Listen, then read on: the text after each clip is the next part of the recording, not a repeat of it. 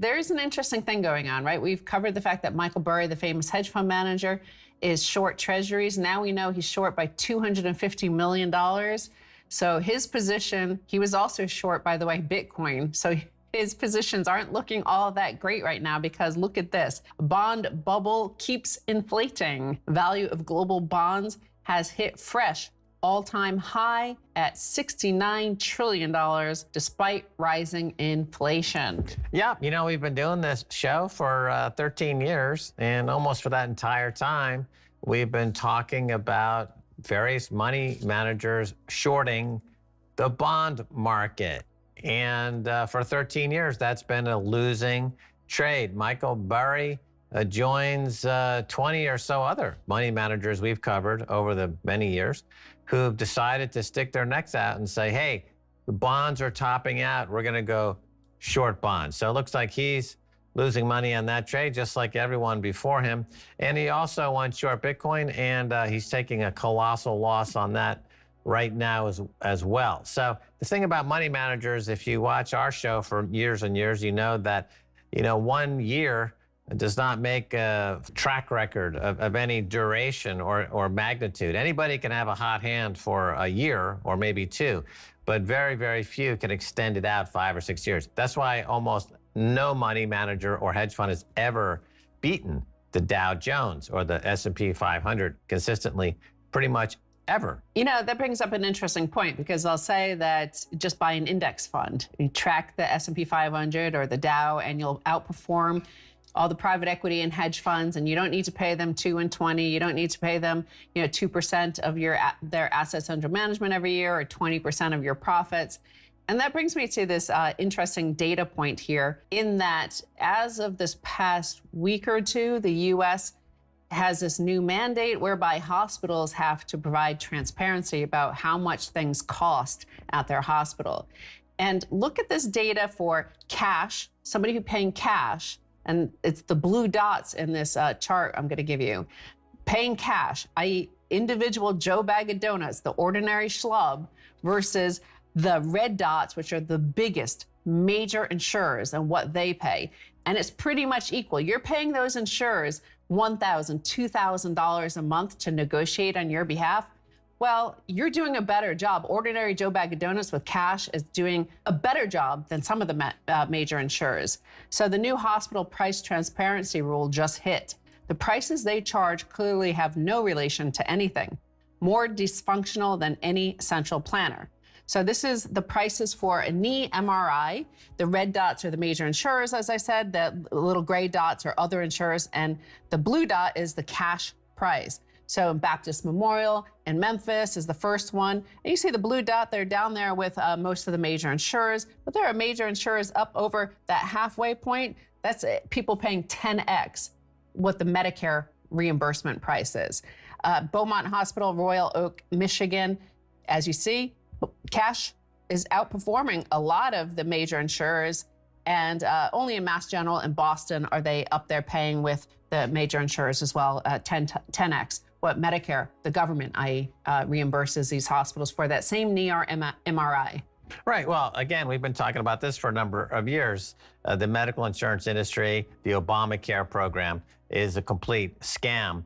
And that does not include the so-called deductible.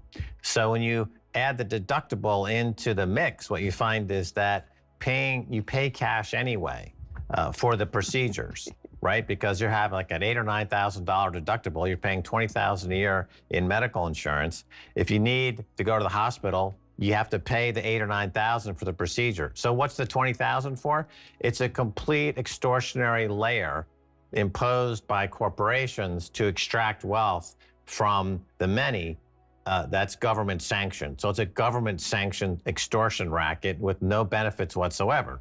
Yeah, at least like in New York and New Jersey, when they used to have the mob, they'd come and shake you down once a month, just like these Obamacare insurance policies, right? They'd shake you down once a month. You have to hand over the money. At least they provide a service, right? They used to provide a service, and they wouldn't break your legs, and you wouldn't need an MRI.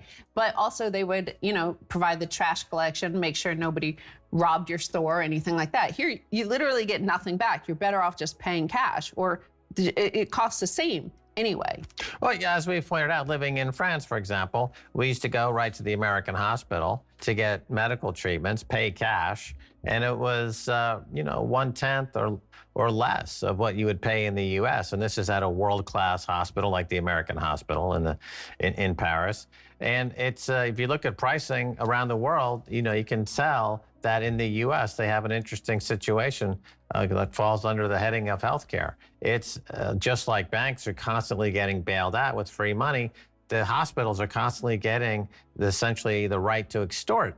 And that is, of course, highly detrimental. I have no idea why Americans have this mental gymnastics. They go out of their way to save 2 cents a gallon on gasoline. They'll drive a mile away, 5 miles away. They go to Costco and buy 80-pound bags of dog food. They go to Walmart and buy a $2 sweater. They love to get a bargain. They, in the whole industry and online with Groupon, get your Groupon together and go get a sushi lunch for half off. But when it comes to healthcare, all the money they saved in all those different discount schemes, they throw out the window and pay 5 times as much by catering to these extortionists who just, they don't actually provide any cost benefit with the insurance because of the so-called deductible. And on top of that, they charge $20,000 a year for somebody to get absolutely nothing. It's a shoddy product. And speaking of shoddy products, inflation is also, you see that in shrinkflation as products shrink so that you don't see the sticker shock. But even with that sort of stuff, we're actually starting to see more and more inflation. And in fact, even CNBC is reporting on it. I might add a few months after we started reporting on this. But for everyday Americans, inflation is a double blow to bank accounts. The latest consumer price index, which measures changes in how much Americans pay for certain goods and services, finds prices rose an average of 5.4% in July compared to a year prior, mostly driven by food and fuel costs. That's tied with June's increase as the highest inflation rate in 13 years. And they point out, importantly, Max, this is the important thing, inflation can make it easier to pay off debt and even help bump up salaries. But it also makes savings less valuable and goods and services more expensive. And currently, wage gains in the U.S. are not keeping pace with sky-high inflation.